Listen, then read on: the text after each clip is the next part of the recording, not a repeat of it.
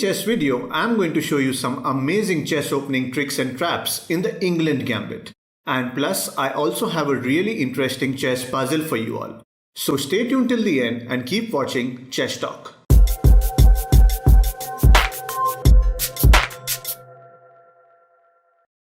Let's start with the opening d4 and then e5. This is called the England Gambit.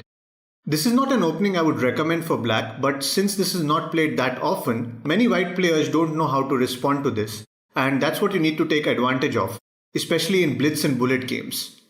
There are some very nasty traps that you can set up as black, and believe me, you can completely destroy your opponent if he does not play correctly. Okay, from here, white obviously takes your pawn. He's getting it for free, so why not? Then you bring out your knight to attack this pawn. White develops his knight and supports it. Then we play queen e7, adding another attacker. White brings out his bishop to defend, and that's when you play this stunning move, queen b4 check, launching a double attack on the king and bishop. White has two logical replies. He can either block this check with his queen or bishop. If he blocks with his queen, then he's gone.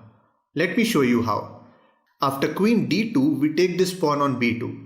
His rook is in trouble, so the only way he can save it is by offering to exchange queens. But to his surprise, we have this beautiful move, bishop to b4, and this sweetie is gone. Now let's go back. In this position, if white blocks this check with his bishop, then again we will take on b2. And now comes the most tricky part in the game. If white plays this move correctly, then he will have a solid advantage. But if he messes it up, then it's curtains for him.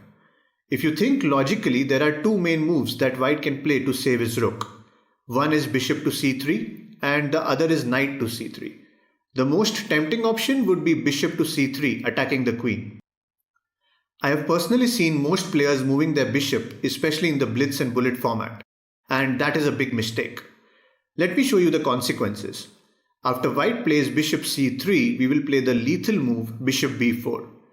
If he takes our bishop, then we can take back with our knight. Now we are double attacking this pawn and even threatening to fork the king and rook. This looks very unpleasant for white, and there isn't much that he can do from here. He will have to sacrifice his knight, and then it's just a matter of time before he's knocked off. Going back, in this position, if he plays queen to d2, then we can simply take this bishop. He cannot take back with his queen because then queen to c3 would be a checkmate. So he will have to take with his knight. But then he loses his rook. And even if you analyze this position, more or less this game is over. You should easily win it from here. Going back, now let me show you how white should play this. But wait, are you enjoying this video? If yes, then hit that thumbs up button right now. It really motivates me and helps me in planning the future content on this channel. Okay, let's flip the board. We now know that bishop c3 is a very bad move. The best move for white is knight to c3. There's nothing much black can do from here. I will go through the most common moves that you can expect from black. If he plays bishop b4, then you can play rook to b1, attacking the queen. Then queen a3. And then you can play knight d5, attacking the bishop with these three pieces and at the same time threatening a fork on the next move. If bishop takes, then queen takes. Black is then forced to play king d8 to stop the check.